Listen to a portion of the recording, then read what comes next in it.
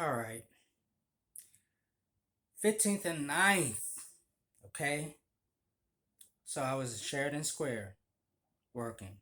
Allison came in my DM. She said, "Hey, you should go to the cheer party." And because Matt's going to be there and he's the manager of 15th and 9th. And you guys, maybe talk and get to know each other and you can discuss your PDP. A cheer party is basically a store that they choose in the district, and it's basically like this little Christmas party. Baristas walk around sampling peppermint mocha, peppermint white mocha, peppermint hot chocolate, just anything minty and chocolatey. They sample it with the cranberry bliss bar, um, and I think like espresso brownie. So it was nice, and there was entertainment there. Sometimes it'd be somebody strumming a guitar, singing, but it was a nice environment. And then a PDP is basically a partner development plan where they feel if you want to be promoted into a more higher position, they want to make sure you're ready. So they feel that you need to work on certain things for a certain period of time, however that may be. So I went to the cheer party, met Matt, cool guy, great guy. We had a great conversation. Um, and he yeah, real cool. Honestly, I don't really have anything bad to say about him, to be honest. We discussed my PDP slightly, and then we discussed my schedule because he was like, "What's your schedule like so I can put you on next week?" So I told him my schedule. He put me on the schedule for the next upcoming week. 15th and 9th is a busy store. Small but busy. Busy. First of all, you have three entryways into the store. There's one entryway on the right side, which Google is right upstairs. So all the employees from Google and whatever office buildings are on the right, they come in through that door. On the left side, it's just a door for the general public, and there's people who come in that way. And then there's a main door in the center of the store, and I guess that's the main entrance, and there's a lot of people that come in that way. Um, like I said, Google was upstairs. Chelsea Market was across the street. By the way, this is in Manhattan in New York, 15th and 9th. So you got Chelsea Market across the street. You have the Highland Ballroom right down the street. And you have Chelsea Piers, which um, a lot of events go on there. Then you had the Apple Store right down the street. So we were busy during the day. Nighttime, all those businesses closed, so it was really slow. Wasn't really much to do at night but to clean. You know how it is working in stores where it's the night crew and the day crew. The day crew always complains, and it's annoying. Y'all complain too much about what wasn't done at night. There's a lot to do at night because we're cleaning up behind y'all ass. It's annoying. That's the politics I couldn't stand. Drove me crazy. Anyway, I remember actually one time, Matt actually, when I got to the store, the first thing I noticed was all his awards. He had nothing but awards on the walls. So like best manager of the quarter, best sales. Like he had a ton of acclimates. So I was like, we're in good hands. But then again, this is New York City, so it's a different market. The New York Metro Starbucks it's insane. The amount of things they tried to do. But he was from I think Washington State, so it's a whole different ball game. It's a whole different clientele. There was actually one time where it was just me, him, and this barista named Lucky. Everyone else had called out, but it was just me, Matt, and Lucky on bar. I was expediting, taking orders. making coffees, warming up breakfast sandwiches, getting pastries, and writing drinks for Lucky and putting her syrups and just it was the smoothest shift ever. Smooth. No drama, no nothing. We just work, work, work. Got it done. That was actually one of the best shifts ever. But woo, it wore us out. Now the first 2 months were actually great. Um, Allison would come in. She would check in with Matt about me. Like she would ask how I was doing, how's my performance, everything. Matt was honest with her. Everything seemed to be going great. Um, so we discussed my PDP, what I needed to improve in, and that was it.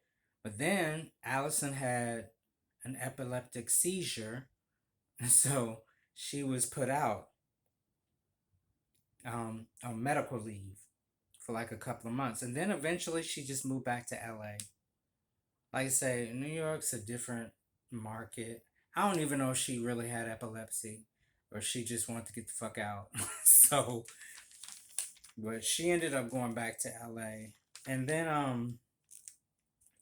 on top of this, Howard Schultz had stepped down, and then we had a new CEO, and then Matt, my store manager, who everyone thought I was his favorite for some reason, eh, he ended up quitting because we ended up getting a new DM.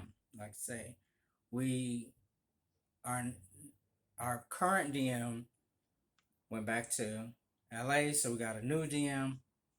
Then our current store manager quit, so then we got a new store manager named George, and our new DM was named Nick. And Nick, he was an asshole. Like Matt just couldn't handle him, so he did his exit interview and left. Nick, yeah, he was an asshole, and George just was a BOH manager. He was a back of the house manager. He never helped on the floor. He was just a bad manager. Nick actually tried to get me fired um, several times. Sometimes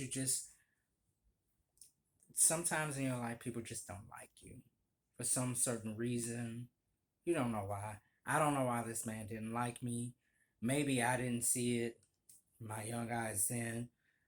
But this dude, one time I was doing a drop for a barista,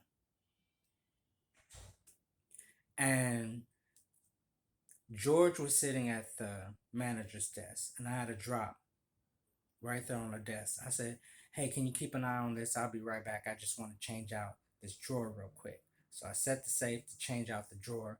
Came back. Nick was back there, and so jo- Nick was like, "So, I see you're doing the drop.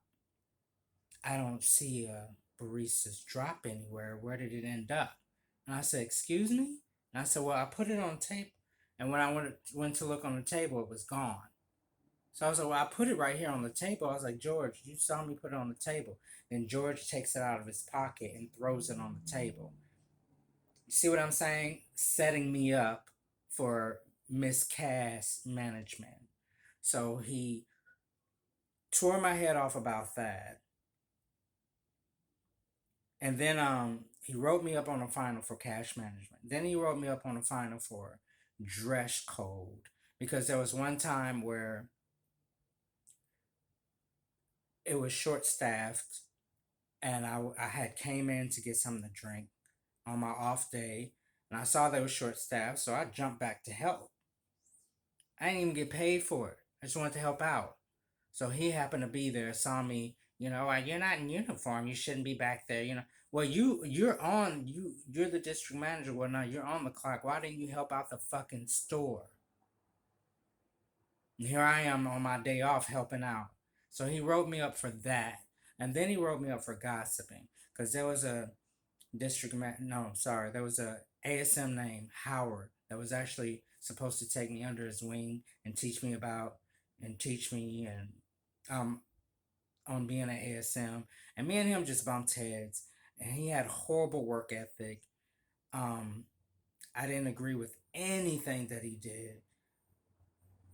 There was a lot of people who were there who just shouldn't have been there because they just, they were just floating under the radar. They weren't really doing anything. So, anyway, he wrote me up for this joke that I told Howard, and then Howard turned out to be spiteful and told him about the joke that I said, so he didn't find it funny. So he really tried to get me fired. So for me, what really pushed it over the edge for me is when I said, I was shaking at this point because I was so angry. And I said, I just came here to I came here to train to be an ASM, on my PDP. And so here I am at square one. You know what I'm saying? We have a new CEO. We have a new district manager. We have a new store manager. They don't know anything about my work ethic or whatnot. So I have to prove myself all over again. And this was horrible. It was way out of my favor. So therefore, no, I'm not getting promoted. So I'm at square one again. So I was telling him that. I was like, I feel like I'm at square one again. I feel like all the work that I put into getting promoted is just thrown out the window. Now I feel like that I'm never going to be promoted to be ASM. You know what this son of a bitch said to me? Nick from Long Island. He says to me, you know what? You're absolutely right. I was like, wow. I called corporate because that was just fucked up to me. So I called the corporate office, made a complaint. There was this woman named LaTwan. She was part of the corporate office. I can't remember. She was human resources. Like if she came to your store, something was up. Something was wrong. You better be scared. So Twan came to our store and she interviewed all the baristas and asked about, Nick. No one liked him. Like he was not a likable guy.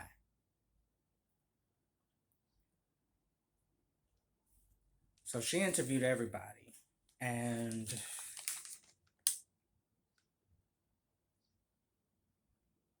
I don't know, 2 weeks later, he was gone.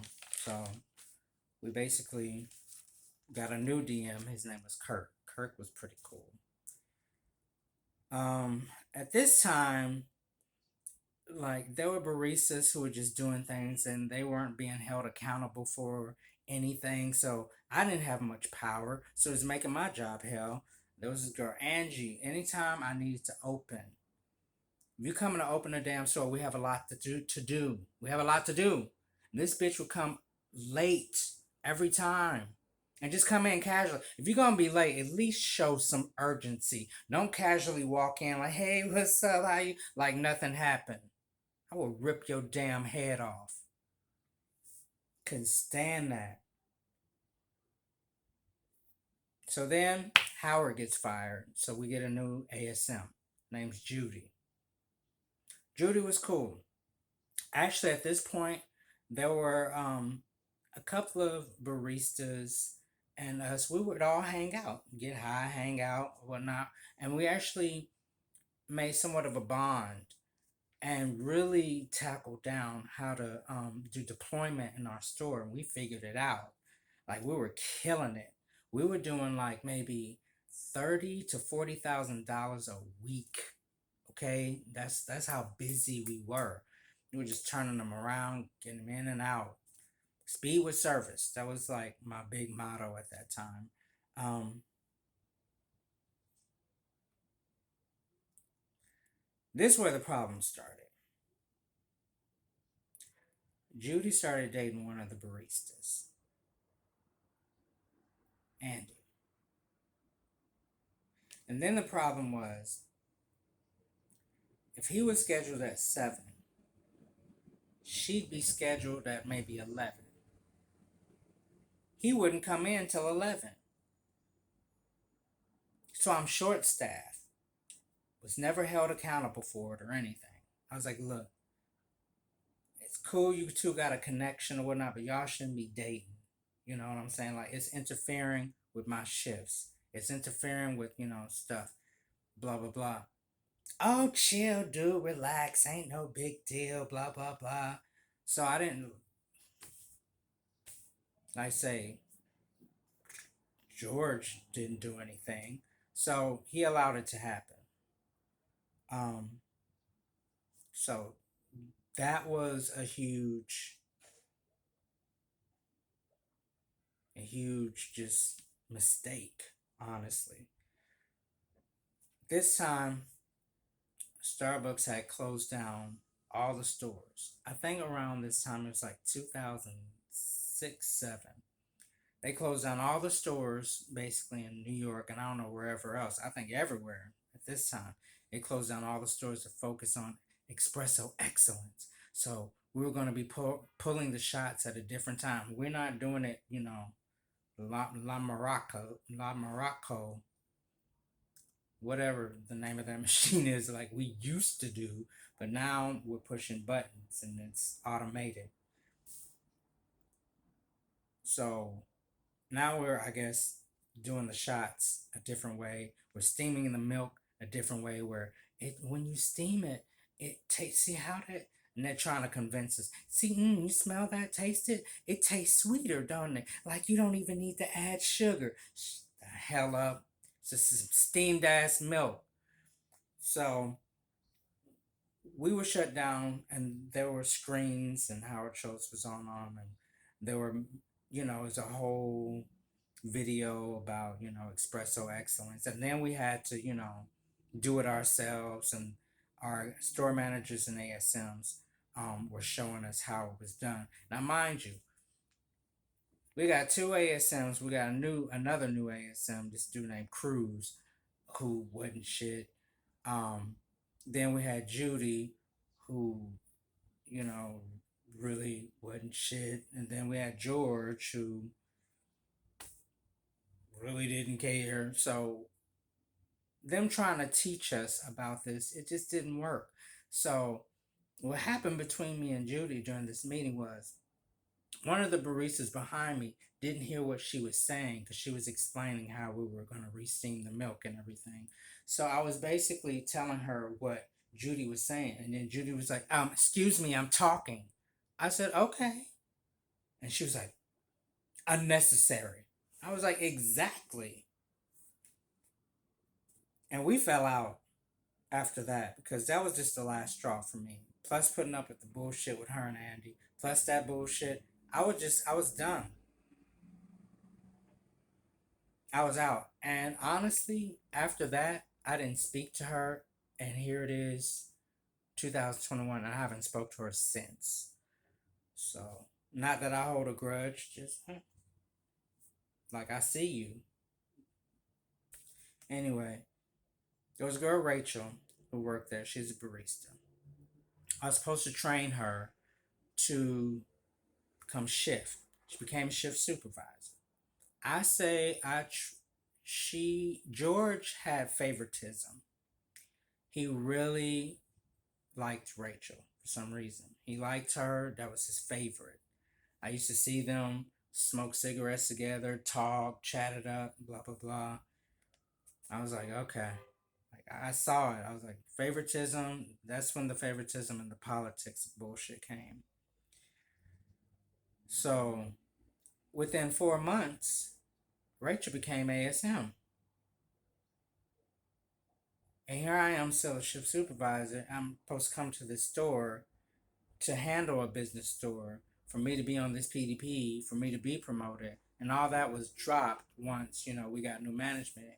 But that was his favorite, so he focused on her. So she got promoted. Now, me and Rachel, we were cool. We really were. We were good friends. And I was more angry at George than I was her. You know, wasn't really mad at her. And I remained her friend and I remained, mature about it. I, got over it. Honestly, I'm glad that I didn't become a store manager, she was constantly stressed out. So anyway, that happening was really the last straw for me. So I was like, I want out of this store. So I kept in contact with my ASM from Sheridan Square, who was Peter, who is now the manager of the store in 23rd and 8th in Chelsea. So I called him up and I was like, hey, I was like, do you need a shift in your store? Because I'm trying to get out of this store. Like, I got done wrong here. Too much drama went on here. I completely got off of my training, my PDP, everything. He was like, you know what? I get it. You can definitely come to my store. I would love to have you to my store. I need your energy, blah, blah, blah. So I told George, my manager, that I wanted to transfer to 23rd and 8th. And I told him why. I was like, I felt like you focused more on Rachel. I came here to be promoted. The Nick situation, you were a part of that. And it just, things changed between me and you at that point. I mean, I get it, but it really wasn't cool. And you really fell, off focus of where I should have been, in the company. So I got approved for my transfer at 23rd and 8th. So that's where I was going. But before we talk about 23rd and 8th, um, I'll talk about some of the customers and the celebrities. So